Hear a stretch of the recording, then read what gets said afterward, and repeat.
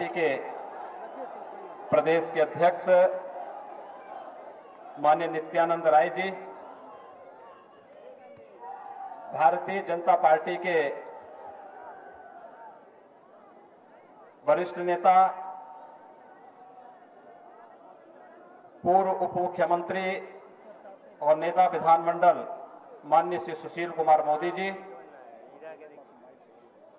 नेता प्रतिपक्ष डॉक्टर प्रेम कुमार जी, अध्यक्ष लोक लेखा समिति माननीय श्री नंद किशोर यादव जी, भारतीय जनता पार्टी के संगठन महामंत्री माननीय श्री नागेंद्र जी, माननीय श्री शिवनारायण जी,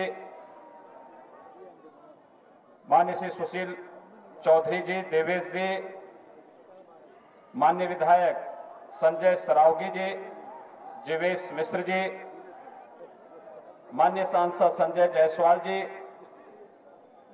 माननीय रामेश्वर चौरसिया जी, सुमन महासन सेठ जी, सुनील सिंह जी, अर्जुन साहनी जी, अनिल सिंह जी, बसावन भगत जी, राजेश सिंह जी, महिला मोर्चा की प्रदेश अध्यक्ष अनामिका सिंह जी, जिलाध्यक्ष हरि साहनी जी, प्रदेश मंत्री डीएन मंडल जी, श्रीमती सजल झा जी, प्रवीण ताती जी, मिश्री लाल यादव जी, विनोद सिंह जी, हरिभूषण ठाकुर जी, मृत्युंजय झा जी और आज के इस कार्यक्रम में उपस्थित मां जानकी के इस धाम से कोने कोने से उपस्थित भाइयों बहनों, आज का यह अवसर मेरे लिए अत्यंत भावनात्मक अवसर है,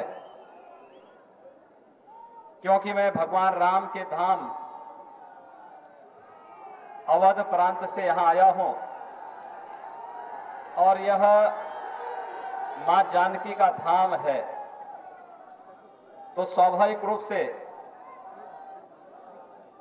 उत्तर प्रदेश और बिहार का जो भावनात्मक रिश्ता है, उस भावनात्मक रिश्ते को निभाने और उसके प्रति आप सबको सजग करने के लिए मैं उत्तर प्रदेश से विशेष रूप से आया हूं। मां जानकी इस धरती मां की प्रतीक है, क्योंकि मां जानकी का जन्म भी इस धरती माता से ही होता है और इसीलिए मां जानकी के रूप में इस धरती माता ने इस समारोह के पहले इस पूरे स्थल को इतना ही कृपा करके धुलवा दिया है, जिससे अगर कहीं पर कोई नापाक हरकत या किसी ने कोई गलत कार्य किया हो तो धरती माता ने स्वयं ही उसको धुलवाने का कार्य भी कर दिया है। सज्जनों, 3 साल बेमिसाल इस देश के यशस्वी प्रधानमंत्री आदरणीय श्री नरेंद्र मोदी जी के नेतृत्व में भारतीय जनता पार्टी की सरकार के 3 वर्ष के कार्यकाल पूर्ण होने के उपलक्ष्य में देश के अंदर हो रहे समारोह में आज मुझे सौभाग्य प्राप्त हुआ है कि मैं मां जानकी के इस धाम में आकर के आप सबसे संवाद करूं, आप सबके दर्शन करूं और इस धरती को नमन करके उत्तर प्रदेश और बिहार के इन भावनात्मक रिश्तों को एक बार पुनः जोड़ने का प्रयास करूं। मुझे जब बताया गया पार्टी से कि आप कौन से ऐसे प्रदेश में कार्य करना चाहेगा उत्तर प्रदेश जहां भारतीय जनता पार्टी की वर्तमान में सरकार नहीं, तो मैंने कहा मेरे लिए तो मेरा पड़ोसी राज्य बिहार सबसे अच्छा होगा और इसलिए मैंने बिहार को ही चयन किया है। ये मेरा आगमन पहली बार जरूर है, लेकिन मान के चलिए कि 2020 तक बहुत बार मुझे यहां प्रवास करने हैं, हर जिले में मुझे आना है और 2020 तक जब तक बिहार में भारतीय जनता पार्टी का यह झंडा पटना विधानसभा में नहीं लहराएगा, तब तक हम लोगों को चैन से नहीं बैठना है। क्योंकि बिहार के लिए भारतीय जनता पार्टी आज की आवश्यकता है। याद करना, देश के अंदर 2014 के पहले कैसा माहौल था? अविश्वास का माहौल था, राजनेताओं के प्रति, राजनीति के प्रति, शासन के प्रति, प्रशासन के प्रति। लेकिन 2014 में श्री नरेंद्र मोदी जी के नेतृत्व में जब भारतीय जनता पार्टी की सरकार बनी, याद करिए वो क्षण जब नरेंद्र मोदी जी ने एक बात कही थी, जब उनसे पूछा पत्रकार मित्रों ने कि आखिर आपकी सरकार का एजेंडा क्या होगा, तो उन्होंने ये नहीं कहा कि किसी जाति के लिए, उन्होंने ये नहीं कहा मैं किसी मजहब के लिए या किसी संप्रदाय के लिए काम करूंगा। उन्होंने कहा कि हमारी ये सरकार इस देश के गरीबों के लिए, इस देश के दलितों के लिए, इस देश की माताओं के लिए और इस देश में अंतिम पायदान पर खड़े हुए व्यक्ति के लिए और इस देश के इन नौजवानों के लिए समर्पित होगी, जिन नौजवानों पर देश का भाग्य निर्भर करता है। कभी इस देश के किसी प्रधानमंत्री ने इससे पहले नौजवानों के बारे में नहीं बोला था, गरीबों के लिए कोई कार्यक्रम नहीं किया था, किसानों के बारे में किसी प्रकार की किसी योजना को लेकर के नहीं आया था। पहली बार हो रहा है जब इस देश के अंदर किसानों के बारे में कोई नीति बन रही है, नौजवानों के स्वावलंबन के लिए कार्यक्रम बन रहे हैं, महिलाओं के सम्मान के लिए कार्यक्रम बन रहे हैं और समाज के प्रत्येक तबके के व्यक्ति के लिए उसके अनुरूप नई नई योजनाएं आ रही हैं और उसे समाज और राष्ट्र की मुख्य धारा से जोड़ करके सम्मान का पात्र बनाने का कार्य किया जा रहा है। यह कार्य कोई कर रहा है तो नरेंद्र मोदी जी कर रहे हैं। पहली बार किसी प्रधानमंत्री ने कहा कि नई जनधन योजना के अंतर्गत हम लोग जीरो बैलेंस पर इस देश के अंदर खाता खोलेंगे और 25 करोड़ से अधिक परिवारों के खाते खोले गए, 2 लाख की उसमें बीमा दी गई, 5,000 की क्रेडिट की सुविधा दी गई। आखिर ये कार्य किया किसने? अन्य लोगों ने क्यों नहीं किया? क्योंकि इस देश का गांव, इस देश का गरीब, इस देश का मजदूर उनके एजेंडे में नहीं था, मोदी जी के एजेंडे में था, उन्होंने किया। इस देश में डिजिटल क्रांति हो सके, डिजिटल इंडिया मोदी जी लेकर के आए। इस देश के गरीब के घर में भी बिजली जल सके, दीनदयाल उपाध्याय ग्राम ज्योति योजना के माध्यम से गांव गांव में पहुंचाई जा रही बिजली इसका उदाहरण है। तो साथ ही साथ हर गरीब के घर में भी रसोई गैस का चूल्हा जल सके, उज्ज्वला योजना के माध्यम से रसोई गैस वितरण करने का कार्य भी किसी ने किया तो मोदी जी ने किया है। सज्जनों, अनेक ऐसी योजनाएं हैं जिनको मैं गिनाता रहूंगा तो एक लंबी फेहरिस्त होगी। मुद्रा बैंक योजना है, प्रधानमंत्री फसल बीमा योजना है, प्रधानमंत्री किसान सिंचाई योजना है, स्टार्टअप योजना है, स्टैंड अप योजना है, अनुसूचित जाति जनजाति और महिलाओं को बैंक की ब्रांचों के द्वारा, प्रत्येक बैंक की शाखा के द्वारा गोद लेकर के सम्मान के साथ आत्मनिर्भर बनाने की योजनाएं हैं ही। अनेक इन योजनाओं को बेटी बचाओ बेटी पढ़ाओ की योजना है, सुकन्या धन योजना है, अनेक प्रकार की योजनाएं हैं। तो सामाजिक सुरक्षा के लिए अटल पेंशन योजना, जीवन सुरक्षा योजना, जीवन ज्योति योजना, तमाम इन योजनाओं को लेकर के सरकार आई और उन योजनाओं पर ईमानदारी के साथ क्रियान्वयन हुआ। जहां भारतीय जनता पार्टी की सरकारें हैं, नौजवान भी इन योजनाओं से लाभान्वित हुआ, महिलाएं भी इन योजनाओं से लाभान्वित हुई, किसान भी लाभान्वित हुआ, मजदूर भी लाभान्वित हुआ, हर तबके के व्यक्ति ने इन योजनाओं का लाभ उठाया। लेकिन जहां भारतीय जनता पार्टी की सरकार नहीं, वहां जानबूझ करके इन योजनाओं में बाधा पैदा की गई और इसी का परिणाम है बड़ी संख्या में बिहार का नौजवान रोजगार के लिए पलायन करता है। वो पलायन करता है यहां से कानपुर के लिए, यहां से दिल्ली के लिए, यहां से मुंबई के लिए, यहां से पंजाब के लिए। आखिर वह कार्य बिहार में भी तो हो सकता है। इन नौजवानों के स्वावलंबन के लिए, इनकी नौकरी के लिए, इनके रोजगार के लिए वह कार्यक्रम बिहार के अंदर भी हो सकते थे, लेकिन नहीं हो पाया। सज्जनों, कल आदरणीय नीतीश कुमार जी यहां आए होंगे।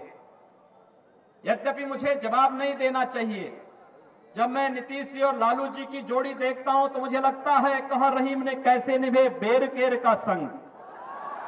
मुझे बड़ा आश्चर्य होता है कैसे निभ रहा है ये, लेकिन ये बेमेल शादी बिहार को कहां ले जा रहा है। धरती माता ने कल यहां पर खूब आज बारिश करके, भले हमारे कार्यक्रम में थोड़ी देर के लिए बाधा जरूर आई होगी, लेकिन ये साबित कर दिया है प्रकृति अब इस बेमेल शादी को बर्दाश्त करने वाली नहीं। बिहार में एक सफाई अभियान चलने वाला है। मैं बड़ी विनम्रता के साथ कहना चाहूंगा नीतीश जी से, हमारी सरकार को भी 100 दिन नहीं हुए उत्तर प्रदेश के अंदर, लेकिन हम लोगों ने कुछ कार्य जरूर किए हैं और उनमें से हम लोगों ने एक कार्य किया, और वह कार्य किया जितना भी इलीगल स्लॉटरिंग था, अवैध बूचड़खाने थे, 24 घंटे के अंदर उत्तर प्रदेश के अंदर बंद करवा दिए। क्या नीतीश जी इस कार्य को बिहार के अंदर करेंगे?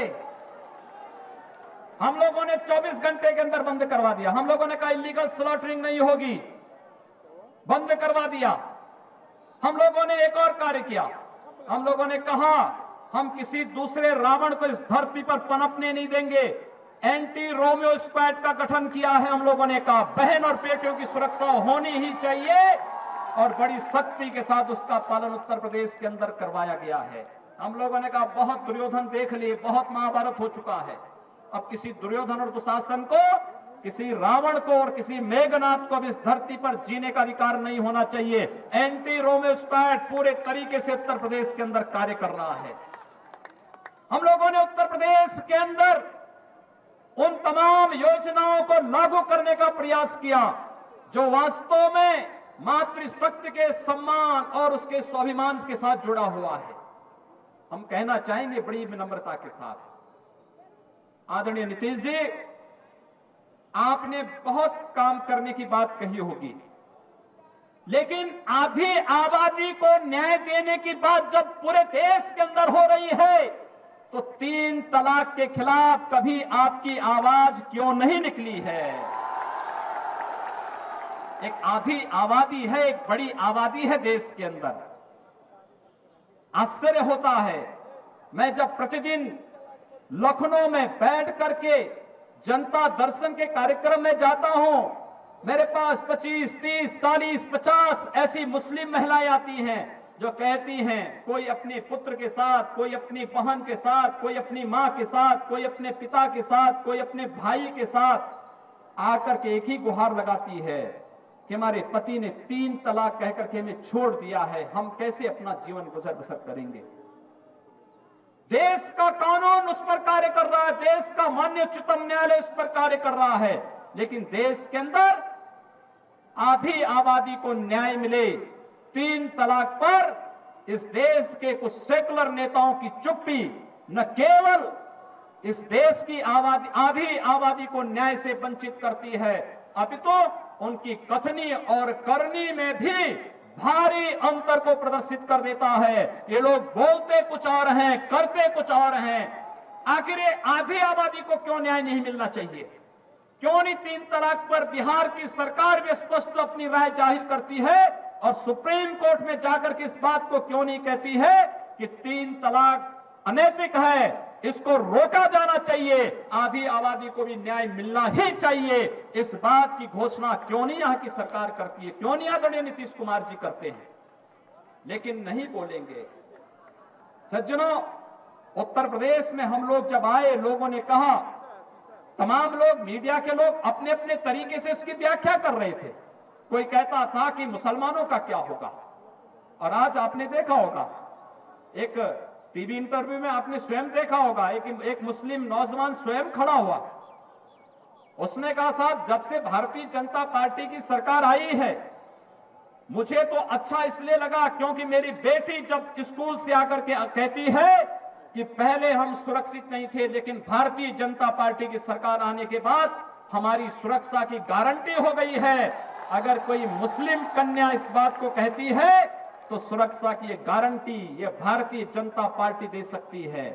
हमने जाति को नहीं देखा, हमने मत और मजहब को नहीं देखा, लेकिन हमने संविधान को देखा है। एक समान रूप से सब पर लागू किया जा सके, एक समान रूप से हम उसको लागू कर सके, किसी प्रकार का कोई भेदभाव न कर सके, न जाति के नाम पर, न लिंग के आधार पर, न किसी मत और मजहब के आधार पर। और देश की राजनीति आज उधर चलती हुई दिखाई दे रही है। आपने परिणाम देख लिया है, आप परिणाम देख चुके हैं।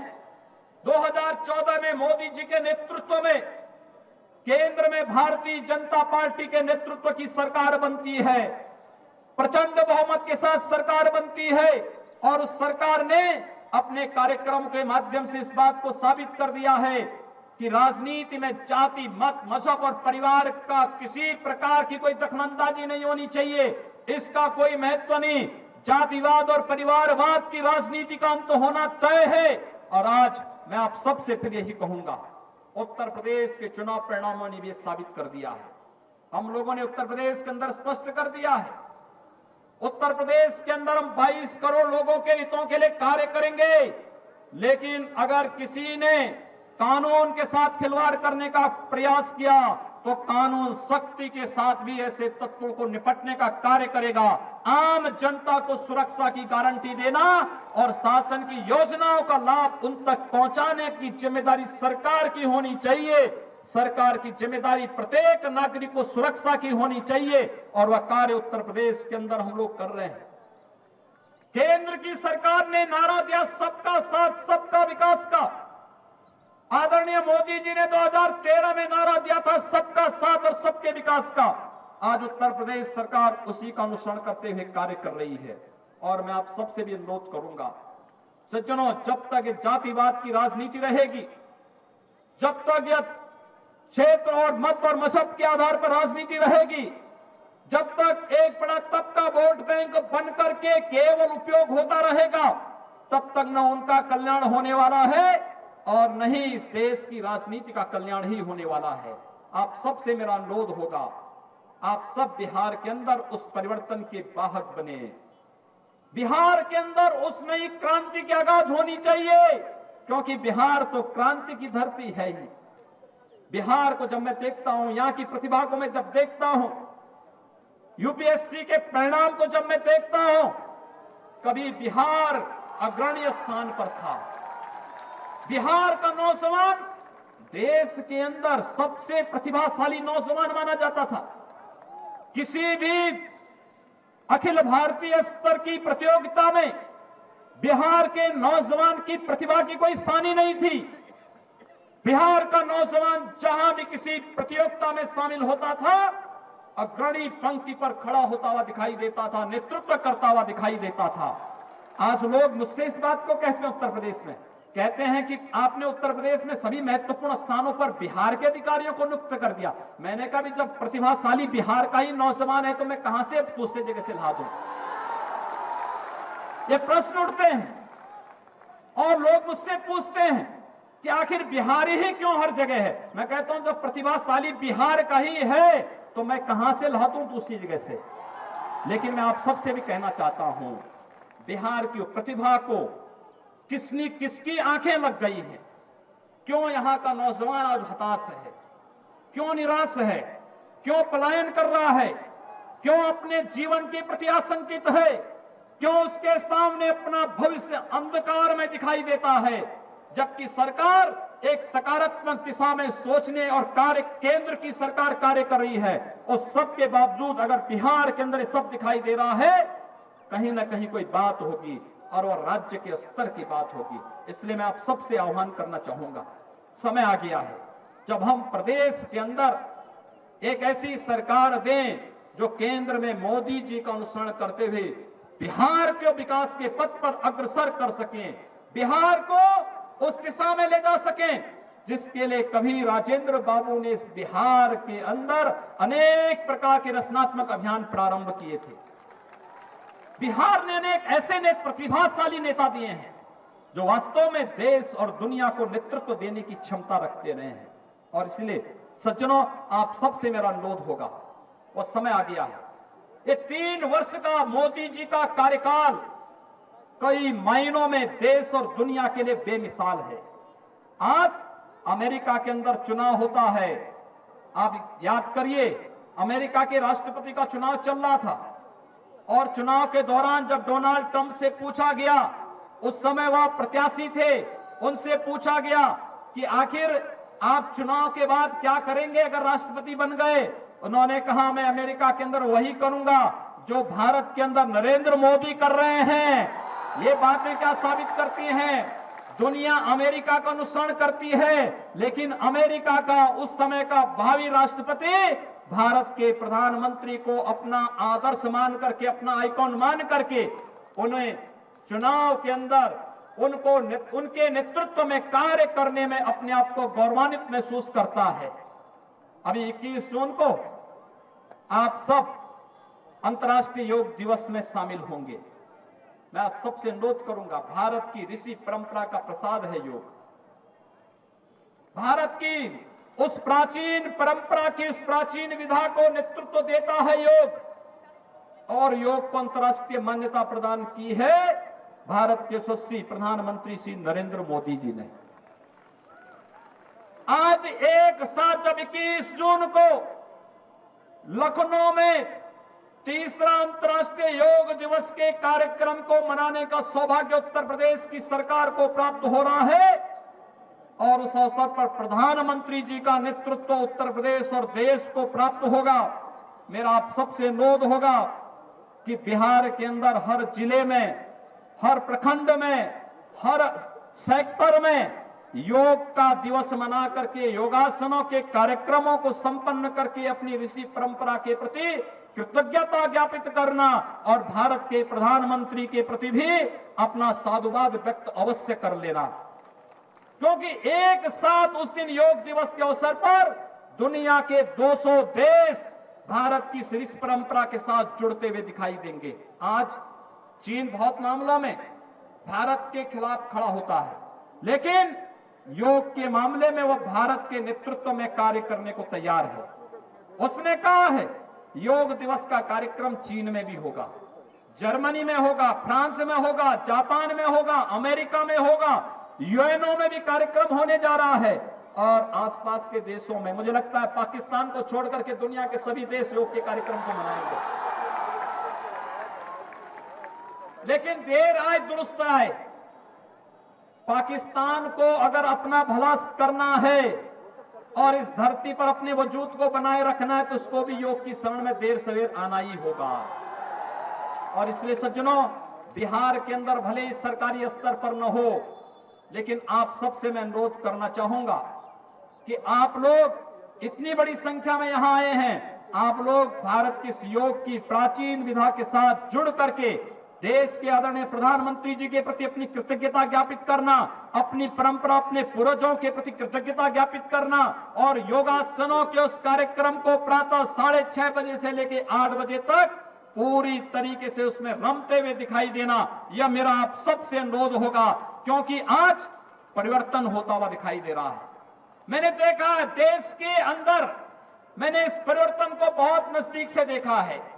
पहले भारत का राष्ट्राध्यक्ष विदेश में जाता था, तो विदेश में जब वो जाते थे तो गिफ्ट ले जाकर के कोई और ऐसी वस्तु लेके जाते थे जिसको ये कहा जाता था कि ये भारत का प्रतीक हो सकता हो। या कोई विदेशी राष्ट्राध्यक्ष भारत आता था तो यहां पर जब हम उसे कोई गिफ्ट देते थे तो वह गिफ्ट किस रूप में होता था? या तो आगरा का ताजमहल होता था, या फिर कोई ऐसी मीनार होती थी जिसके साथ यहाँ की संस्कृति कोई मेल नहीं खाती है। लेकिन पहली बार हुआ है जब भारत के प्रधानमंत्री नरेंद्र मोदी जी बाहर जाते हैं या कोई बाहर का राष्ट्राध्यक्ष भारत में आता है तो उन्हें गिफ्ट में कुछ दिया जाता है, तो श्रीमद् भगवद गीता पुस्तक भेंट की जाती है, उन्हें रामायण भेंट की जाती है। याद रखना, जब रामायण की भेंट हो, रामायण किसी राष्ट्राध्यक्ष को भेंट में दी जाती है तो उसके साथ इस मिथिला का इतिहास भी जुड़ता हुआ दिखाई देता है, उसके साथ बिहार का इतिहास भी जुड़ता हुआ दिखाई देता है। हम लोगों ने प्रयास किया है कि बिहार और उत्तर प्रदेश के संबंध मजबूत हों। जब मैं पूर्वी उत्तर प्रदेश को देखता हूं तो वह तो पूरी तरीके से ऐसे लगता है जैसे बिहार का पार्ट 2 हो। एकदम बिहार से उसकी मिलती जुलती संस्कृति है। एक साथ पूरी नातेदारी, रिश्तेदारी इस पार उस पार एक जैसी लगती भी दिखाई देती है। और यह संबंध आज से नहीं, हजारों वर्षों से हम लोग निभा रहे हैं। भगवान राम के समय से निभा रहे हैं। भगवान राम के समय से परंपरा चली आ रही है और उस परंपरा को आगे बढ़ाते हुए जब भारत सरकार के सरफेस ट्रांसपोर्ट मिनिस्टर गोरखपुर में आए, उन्होंने कहा योगी जी कोई कार्य के लिए बोलिए जो मैं कर सकूं। मैंने कहा अयोध्या से सीतामढ़ी को जोड़ने वाले राम जानकी मार्ग को आप उसका 4 लेन का सीसी मार्ग बना दीजिए, हमारे लिए सबसे बड़ा कार्य होगा। और मुझे प्रसन्नता है कि आदरणीय गडकरी जी ने इस मार्ग को पूरी तरीके से अपनी स्वीकृति दी है और अयोध्या से सीधे सीतामढ़ी को जोड़ने के लिए उस मार्ग को हम लोग राम जानकी मार्ग के रूप में ही मानते हैं और वो मार्ग उस रूप में बनने जा रहा है। आप देखना जब वो मार्ग बनेगा तो सीतामढ़ी से अयोध्या की दूरी जितना समय इस समय लगता है उससे भी आधे समय में आप लोग अयोध्या धाम पहुंच जाएंगे। ये जोड़ने का कार्य हो रहा है और आज मैं फिर उसी कड़ी को जोड़ने के लिए आपके बीच आया हूं। एक प्रयास हुआ है। मैं आभारी हूं अपने बिहार के सभी नेताओं का, आदरणीय श्री नित्यानंद राय जी का, आदरणीय श्री सुशील मोदी जी का, आदरणीय श्री प्रेम कुमार जी का, आदरणीय श्री नंद किशोर यादव जी का, आदरणीय श्री नागेंद्र जी का। नागेंद्र जी के नेतृत्व में तो प्रदेश में, उत्तर प्रदेश के अंदर हम लोगों ने अनेक प्रकार से अनेक वर्षों तक कार्य किया है और आज सौभाग्य आज आप लोगों को मिल रहा है कि बिहार में आप सबको उनके नेतृत्व में कार्य करने का सौभाग्य प्राप्त हो रहा है। और इस कड़ी में मुझे यहां आने का अवसर प्राप्त हुआ और वह भी मां जानकी के धाम से, क्योंकि मेरे लिए तो एक भावनात्मक रिश्ता भी है। मेरे लिए यह एक वह अपनत्व का भाव भी है जब मैं यहां आकर के यहां के लोगों को आश्वस्त कर सकूं कि अयोध्या धाम के प्रति आप निश्चिंत रहिए, जो आपकी भावनाएं हैं उसके अनुरूप उत्तर प्रदेश के अंदर कार्य होगा, अवश्य होगा, इसमें कोई संदेह किसी को नहीं होना चाहिए। और यह भी मैं आश्वस्त कर सकता हूं कि जब भी बिहार की ओर से कोई संकेत मैं पाऊंगा तो मेरी उपस्थिति बिहार के अंदर हर जिले में आपके बीच में होती हुई दिखाई देगी। और उसी भावनात्मक संबंध को एक बार जोड़ने के लिए मैं आया हूं कि सज्जनों, 3 साल बेमिसाल के इस नारे को लेकर के आज भारतीय जनता पार्टी आपके घर घर द्वार द्वार जा रही है। हम सबको इस नारे को लेकर के आगे बढ़ने की आवश्यकता है। आने वाले समय में बिहार में ऐसा परिवर्तन करिए कि भारतीय जनता पार्टी के नेतृत्व में बिहार की कानून व्यवस्था से लेकर के बिहार के अभिनव विकास की एक नई रूपरेखा तैयार हो सके। और जैसे मोदी जी के नेतृत्व में केंद्र में भारतीय जनता पार्टी की सरकार कार्य कर रही है, वैसे ही बिहार के अंदर भी भारतीय जनता पार्टी की सरकार आप सबको नेतृत्व दे सके, आप सबके विकास के लिए कार्य कर सके, यहाँ के नौजवानों के पलायन को रोक सके और फिर इस क्षेत्र का और इस संपूर्ण प्रदेश का समग्र विकास करते हुए इसे एक उस मार्ग की ओर ले जा सके जहां फिर बिहार एक बार पुनः देश के अंदर नेतृत्व करता हुआ दिखाई दे। वह नेतृत्व की क्षमता एक बार पुनः हमें पैदा करनी होगी बिहार के नौजवानों के अंदर। और उस नेतृत्व की उस क्षमता का आह्वान करने के लिए मैं आप सबके बीच यहां पर उपस्थित हुआ हूं। मुझे विश्वास है कि आप सब अपने आप को इसके लिए तैयार करेंगे। खासतौर पर मुझे आज इस सभा में नौजवानों की संख्या और नौजवानों के उत्साह को नजदीक से देखने का अवसर प्राप्त हुआ है। ये नौजवान जब अंगड़ाई लेगा तो बड़ी बड़ी सत्ताएं पलट जाएंगी और उन भ्रष्ट सत्ताओं को पलटने के लिए जब भी इस नौजवान ने अंगड़ाई ली है, याद करिए आदरणीय श्री जयप्रकाश जी के नेतृत्व में देश के अंदर कांग्रेस के कुशासन से मुक्ति का जो अभियान चला था, भ्रष्टाचार और तानाशाही के खिलाफ जो अभियान चला था, उस अभियान की धरती बिहार बनी थी। बिहार ने नेतृत्व दिया था। बिहार का नौजवान उस समय आगे आया था।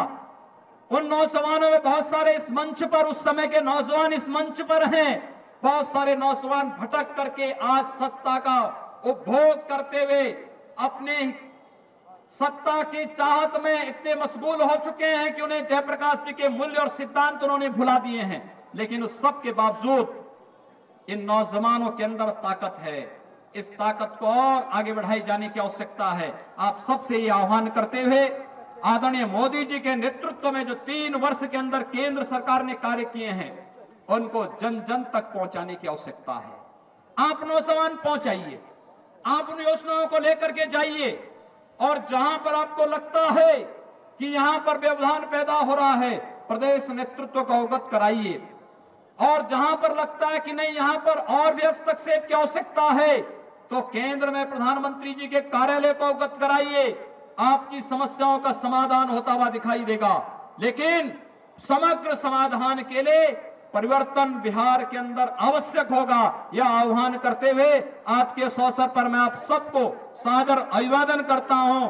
आप सबके प्रति अपनी शुभकामनाएं व्यक्त करता हूं। अयोध्या धाम की ओर से आपके मंगलमय कामना की, मंगलमय भविष्य की कामना करते हुए वाणी को देता हूं विराम। जय जय श्री राम।